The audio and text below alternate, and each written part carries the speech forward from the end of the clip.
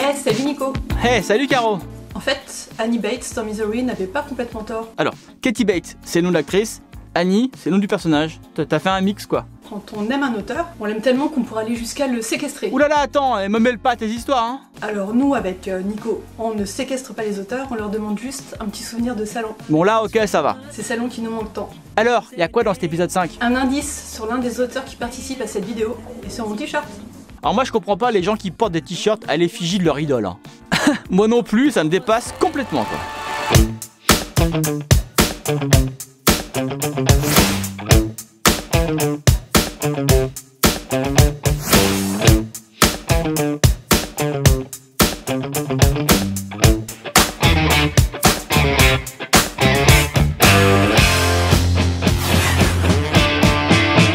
En 2016, pour mon premier roman, Séoul au Nord, je suis arrivée sur mon stand et il y avait énormément de monde qui attendait. J'étais trop contente. Et puis, j'ai réalisé que tous ces gens étaient habillés de façon gothique. Enfin, ils étaient en noir, en cuir, avec des clous, des chaussures plateforme. Et là, je me suis dit que un des personnages de mon premier roman, qui est une professeure de bio catho et punk, avait dû les toucher. Donc j'étais très heureuse. Je me suis assise. J'ai tendu le premier livre de la pile à la première personne de la file, qui m'a souri très gentiment et m'a montré la chaise vide à côté de moi, qui appartenait à l'écrivain Sir Cédric. Il y avait son nom sur une petite étiquette à côté sur la table. Et en fait, tous ces gens l'attendaient. C'est un auteur de thriller gothique. Donc voilà, c'était un souvenir assez drôle.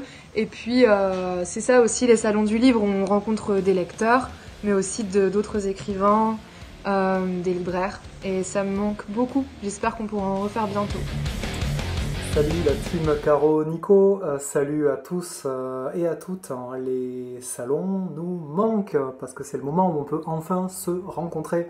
Après des mois pour un auteur comme moi à écrire dans son coin, c'est enfin le moment où on peut partager et des souvenirs de salon, j'en ai, mais je peux même pas en choisir un en fait, parce que depuis mon premier qui se passait en mars 2004 à la foire du livre de Bruxelles, c'était pas hier, j'avais publié une anthologie, j'étais directeur pour le coup, qui mélangeait fantastique et policier déjà, et j'avais dédicacé pendant 2 heures et j'avais eu personne, j'en avais pas vendu un seul, et je m'étais dit ça va être assez, il y aura des hauts et des bas dans cette vie de publication si elle continue.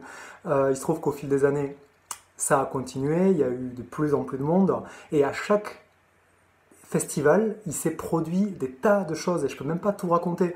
Ça va de l'incendie de mon hôtel avec l'alarme qui se déclenche à 6h du mat, les couloirs pleins de fumée, les pompiers dans la rue, à Cambrai.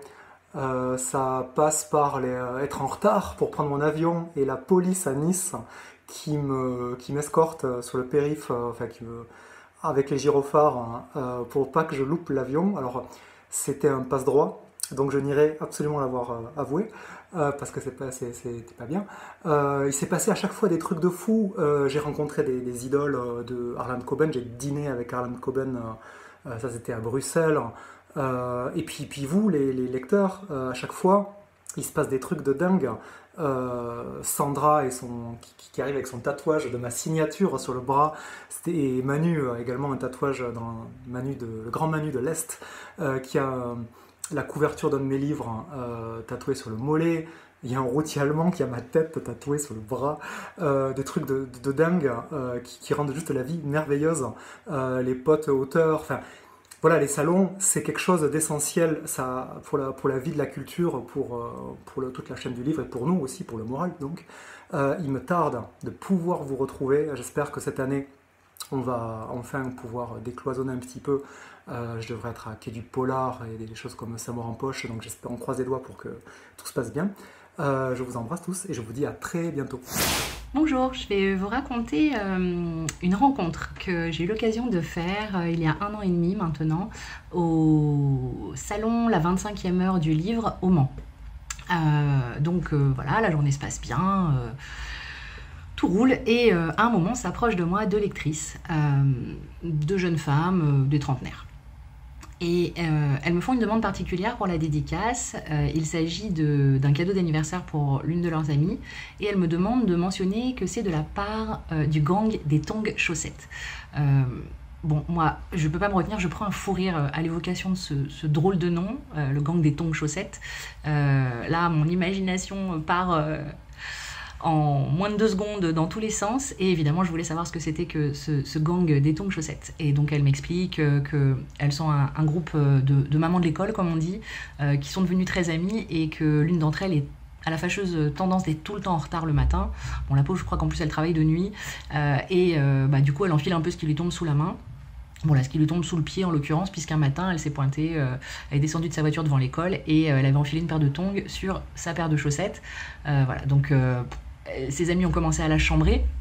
Et on continue un petit peu à la chambrer avec ça. Et puis, de fil en aiguille, s'est instauré entre elles un rituel qui consiste à fêter les anniversaires de chacune. Elles sont 6 ou 7 de mémoire.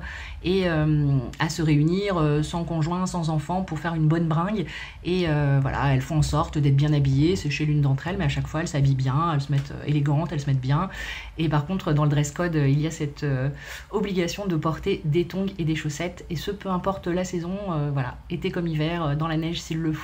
Voilà, c'est donc le gang des tongs chaussettes. Et voilà, on a beaucoup rigolé, c'était un très chouette moment parce qu'elles étaient voilà, pleines de vie et que c'était vraiment très agréable de plonger dans leur petit groupe d'amis comme ça, de m'y sentir invitée le temps de cet échange. Et voilà, c'est aussi ça, les salons, c'est l'occasion en quelques minutes, d'avoir des gens qui se livrent, parfois sur des choses tristes, parfois sur des choses drôles. Voilà, et ça c'est chouette et ça nous manque. Donc les filles, le gang des tongs chaussettes, je vous avais dit que ça m'inspirait beaucoup cette idée et que peut-être qu'un de ces quatre vous seriez dans un prochain roman. Ce n'est pas encore fait, mais ne jamais dire jamais. Voilà, merci Caro et Nico de m'avoir donné cette opportunité de repenser à ce chouette moment. Salut à tous. Bonjour tout le monde, donc on m'a demandé de vous raconter une anecdote de salon. Celle-ci se passe à Manciol, donc en Meurthe-et-Moselle. C'était il y a environ 2 ans et demi. Rose Keller venait de sortir et je vois une dame s'approcher de mon stand avec un petit sourire un peu coquin, à la démarche chaloupée, voilà. Elle s'approche de moi et elle se met à caresser la couverture qui était en relief à l'époque et elle me dit mais dites-moi, vous êtes un peu... Donc je voyais pas trop de quoi elle voulait parler, donc je lui dis je suis un peu quoi? Et elle me dit bah vous savez, pour écrire sur Sade, faut être un peu, faut aimer certaines choses. Et donc là par contre je voyais tout à fait de quoi elle voulait parler. Et je lui ai dit mais vous savez, Stéphane Bourgoin qui écrit sur les serial killers, je suis pas sûr qu'il ait des cadavres dans sa cave. Et là elle s'est mise à rigoler, en fait on a plaisanté un petit moment et elle m'a demandé une dédicace et elle avait demandé aussi mon numéro de téléphone que je lui ai pas donné parce que je donne pas mon numéro de téléphone comme ça. Mais ce qui prouve au moins qu'elle ne savait pas du tout à qui elle avait affaire, voilà. C'est pas forcément un très bon souvenir, c'est un souvenir qui date de 2013 au salon du Var à Toulon, salon du livre de Toulon et voilà, c'était un salon un peu particulier parce qu'en fait je me suis retrouvé entre d'un côté Régine Desforges et de l'autre côté j'avais Jacques Pradel, vous savez le gars de Perdu de vue. Et donc j'étais là et en fait on signait absolument aucun bouquin, ça faisait déjà une journée qu'on s'était fait chier comme des rats crevés, étant donné que les gens faisaient la queue pour se faire dédicacer des bouquins par La Fouine.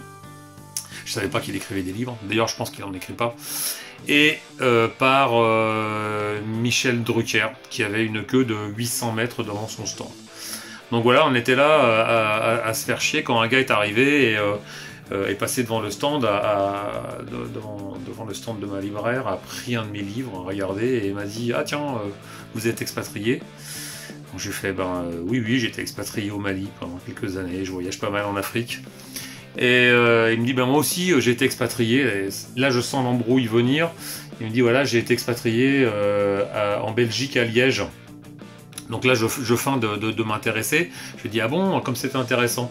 Et le gars, et là c'est une erreur tactique, quoi. Le gars enchaîne et me raconte toute sa vie à Liège. Voilà, et ça dure, et ça dure, et ça dure. Au bout de 20 ou 25 minutes, je sais plus très bien, j'en peux plus, je suis au bout de ma vie. Quand il y a une jeune fille qui arrive, qui attend derrière lui et qui prend un livre et qui attend manifestement dans le but de me le faire dédicacer. Et du coup, j'essaye de faire comprendre au gars que en fait il y a quelqu'un qui est intéressé par ce titre. Donc je lui dis pardon, excusez-moi, mais la jeune fille derrière voudrait que je signe le bouquin. Mais le gars est pris dans son histoire qui est absolument passionnante de sa vie à Liège et continue à parler. Et donc là je m'agace parce qu'à l'époque je faisais preuve d'un peu de manque de patience. Et donc je lui dis écoute, la jeune fille derrière voudrait que je signe le bouquin, puis il faut que je te dise vraiment ta vie à Liège, je m'en branle complètement. Donc le livre que tu as dans les mains là, c'est soit tu me le donnes et je te le signe, soit tu le poses et tu te casses. Du coup il l'a posé, il s'est cassé, mais malheureusement la jeune fille qui était derrière m'a regardé avec des yeux tout ronds, a posé le livre et elle s'est cassée aussi, elle a l'air d'être toute paniquée. Voilà, c'était un de mes souvenirs d'un de mes premiers salons et c'est à cette occasion que j'ai compris qu'il fallait que je fasse preuve d'un peu plus de patience et d'un peu plus de gentillesse. Antisocial, tu perds ton sang-froid. Bonjour, je suis Laurent Well et je suis là pour vous parler de mon meilleur souvenir de salon. Ce sera ma rencontre avec Robert Sheckley dans un salon du sud de la France, plus exactement une convention de science-fiction qui est un peu la même chose. C'était la première fois que je me rendais sur un salon de ce genre et j'ai eu la chance d'y rencontrer mon idole de toujours en science-fiction, une parmi mes idoles, qui était Robert Sheckley. Robert Sheckley, un auteur américain malheureusement disparu maintenant. Et j'ai passé, à l'occasion de ce week-end-là dans le sud, au Valéant, à côté de l'île sur la Sorgue, un moment absolument splendide avec lui, à pouvoir discuter et discourir, puisque étant donné que j'ai la chance d'être bilingue, j'ai pu m'entretenir avec lui de manière quand même assez longue, et on a passé 2 super moments. Voilà, c'était Laurent, en direct de Ponte-Combo, et à vous les studios. À toi Nico. Ouais, Caro, je suis en studio, mais je trouve pas René Manzor, il est où? Il est en plein tournage, plateau 4. Je vais le chercher. Alors mon plus beau souvenir de salon, c'était à Mont-de-Marsan. À Mont-de-Marsan, où il y a Pépita Sonatine, la librairie Lacoste, qui m'avait fait venir. Et j'étais pas venu à Mont-de-Marsan depuis 40 ans. En fait, j'étais né là-bas et j'ai passé mon enfance là-bas et j'avais pas osé revenir.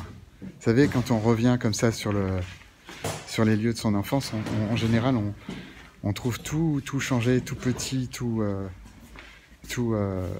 pas comme quand on était môme, quoi. Et donc là, c'était comme un pèlerinage.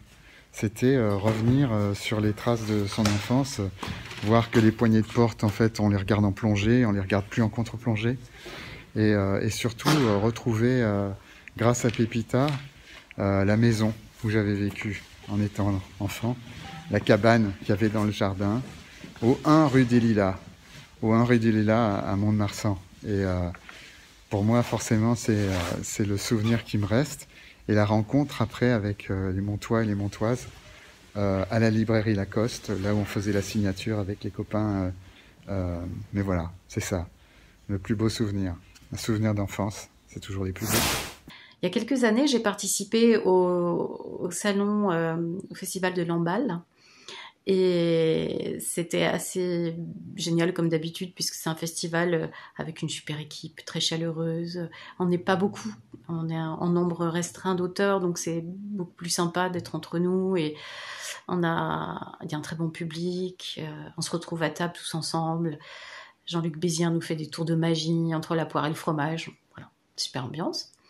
C'est pas ça, évidemment, le sujet de mon anecdote, mais ce couple qui est venu vers moi avec dans une poussette un petit garçon.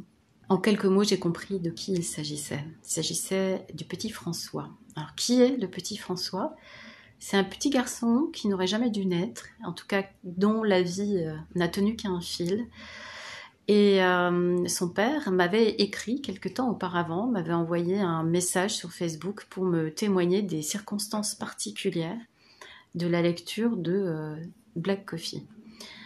À l'époque, il n'habitait pas avec sa femme puisqu'il travaillait sur une plateforme pétrolière. Et puis, il a été appelé en urgence puisque sa femme avait un gros souci de santé. Le médecin pensait ne pas pouvoir sauver l'enfant. Ils ont quand même tenté de faire un accouchement prématuré du petit.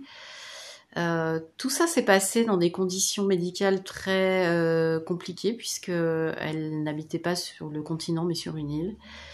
Et cet homme s'est retrouvé donc dans la chambre d'hôpital de sa femme, elle entre la vie et la mort, et son bébé François extrêmement prématuré également entre la vie et la mort. Et pendant une semaine, cette semaine qui a été décisive pour cette famille, eh bien il avait entre les mains un ouvrage qui lui a permis de tenir le coup, et c'est Black Coffee. En fait, il s'est complètement, c'est ce qu'il me raconte, il s'est complètement identifié aux personnes de Desmond Gabler, à la recherche d'un tueur qui aurait sévi sur la route 66 et qui aurait décimé sa famille. Et tout au long de la route du récit de ce roman, eh bien, il s'est complètement immergé dans l'histoire et a oublié son propre drame. Et il m'écrivait dans son message qu'il vivait au jour le jour les événements qui étaient décrits dans le livre et que ça lui avait permis de tenir. Et que ce roman était... quand il a eu fini le roman, le médecin, quasiment au moment où il tournait la dernière page, le médecin est arrivé en disant « C'est bon, votre bébé est viable et votre femme va s'en sortir ». C'est pour ça qu'il m'avait écrit, pour me témoigner de ce soutien. C'est comme si, quelque part, je lui avais tenu la main sans le savoir. En tout cas, où le personnage Desmond lui avait tenu la main. Et je lui avais demandé tout de suite de m'envoyer une photo du petit François, qui est également le prénom d'un de mes personnages, d'un de mes romans préférés, qui est À la mesure de nos silences. Un magnifique prénom, François. Et il m'a envoyé la photo d'un petit bébé qui était entouré de plein de fils partout, puisqu'il était très grand prématuré. Et j'avais plaisanté en lui disant que voilà, il serait une sorte de Robocop, quoi, un peu comme ou un personnage à la Matrix, quoi, qu'il serait amené à avoir une vie hors du commun, extraordinaire. Et voilà, donc quelques mois plus tard, j'ai eu la chance de voir le petit François en très bonne forme, tout rond dans sa poussette. Et évidemment, j'ai pleuré. Voilà. C'est très émouvant pour moi de me souvenir de cet instant, de ce couple, de ce petit garçon. Et je me dis toujours, parfois, on écrit des romans sans savoir comment vous allez les recevoir, qu'est-ce que vous allez en tirer. Est-ce que vous allez les aimer, les détester, vous en moquer? Ou est-ce que ça va aller plus loin, ce rapport avec le livre? Peut-être que ce livre vous aidera à passer... un moment très difficile, à comprendre des choses, vous amènera peut-être à changer aussi un petit bout de votre existence. Je crois que mes meilleurs souvenirs de salon sont liés à Saint-Maur-en-Poche, qui est le premier gros salon que j'ai fait il y a une dizaine d'années, et j'ai depuis été fidèle à chacune des éditions. Je me souviens très bien de ma première fois, j'étais arrivé et sur les tables, il n'y avait pas mon premier poche qui venait de sortir parce qu'il y avait eu une erreur de commande en fait. Et donc en catastrophe, on est allé chercher quelques exemplaires à la Griffe Noire. Ma maison d'édition a expédié aussi des exemplaires dans l'après-midi. Et puis finalement, ce petit incident a été complètement balayé par l'ambiance incroyable qui règne dans ce salon, une ambiance de kermesse comme on dit souvent. Je me souviens d'un dîner partagé avec deux grands auteurs américains qui sont Thomas Hedgecock et Sam Millar. J'avais passé la soirée à leur poser des questions sur leurs romans, sur leur technique narrative. Je me souviens aussi de ce couple qui venait de très très loin et qui avait choisi de passer sa lune de miel en France, et en particulier au Salon du Livre de Saint-Maur, parce qu'ils étaient tous les deux passionnés de littérature. Et je crois que le salon les parrainait et qu'il leur avait offert des livres. Ils allaient comme ça de stand en stand pour les faire dédicacer, émerveillés de pouvoir rencontrer autant d'auteurs français. Je me souviens aussi de cette vieille dame qui était venue me voir, avec laquelle j'avais longuement discuté. Elle m'avait confié des souvenirs intimes, des secrets de famille liés à la Seconde Guerre mondiale. Et en fait, elle s'était reconnue dans une de mes histoires, un roman qui s'appelle Les Cendres froides et qui se passe pendant la guerre. Et j'avais trouvé ce moment très touchant parce que je m'étais rendu compte pour la première fois que les livres qu'on écrivait, au-delà du divertissement, pouvaient vraiment avoir un impact sur la vie des gens et leur rappeler des moments importants de leur existence. Voilà, eh bien j'espère qu'on aura l'occasion de se croiser bientôt sur un salon et pourquoi pas à Saint-Maur-en-Poche. Je vous dis à bientôt. So Queen Caroline asked me to make a short video about festivals and book signings and what it's like to tour in France. It's a very strange lifestyle, I have to say. It's like being part of some gang of literary gypsies. The most important thing, obviously, is the people that you meet and the people with whom you become friends that we've become very, very close to. And we keep meeting them every time we come back to France. But she asked me for an anecdote, and I have 3 in particular. Not necessarily because they're particularly important or particularly significant, but I wanted to talk about these because of the strange, surreal nature of the things that sometimes happen to you when you go out to sign books and the kind of people that you meet. The first one I remember was back in Le Havre some years ago when I met the mayor. We had a very interesting conversation about books, and I ended up sending him an English copy of Carnival of Shadows, which is the book that's going to be released in France this year. He read it, he wrote back to me, he very much enjoyed it, and he gave a little interview to a newspaper in the subsequent days talking about the fact that he enjoyed my books and also the books of Jean Le Carré, etc., which was very nice of him and very much appreciated. Some months later, that interview kept on being replayed, and my name kept coming up on Google, and I didn't understand why, and it was because the Mayor of Le Havre had just become the Prime Minister. We stayed in touch, and as a result I got an invitation to go and spend the day at Matignon, which I did, which was a tremendous experience, a really, really great experience. The second event I can think of is when I did a book signing in a bookshop just outside Paris, and afterwards Antoine de Caunes came to have dinner with us, and we got talking about music, and we shared a common love for Dylan and this and that and the other, and he asked me whether or not I'd like to come into Paris and go and see Bruce Springsteen with him at Bercy Stadium. I travelled into Paris. We went to see Springsteen, but we didn't just go to see Springsteen perform. We actually met Springsteen, we met Little Stevie, and etc., etc. The third one, very, very quickly, when I got the great pleasure of meeting Gérard Depardieu and decided that he probably was my biological father. So those are 3 experiences that I've had, and they were all amazing experiences that I wanted to share with you. Don't know what's fake. Can anybody out there tell me what's really at stake? The fear.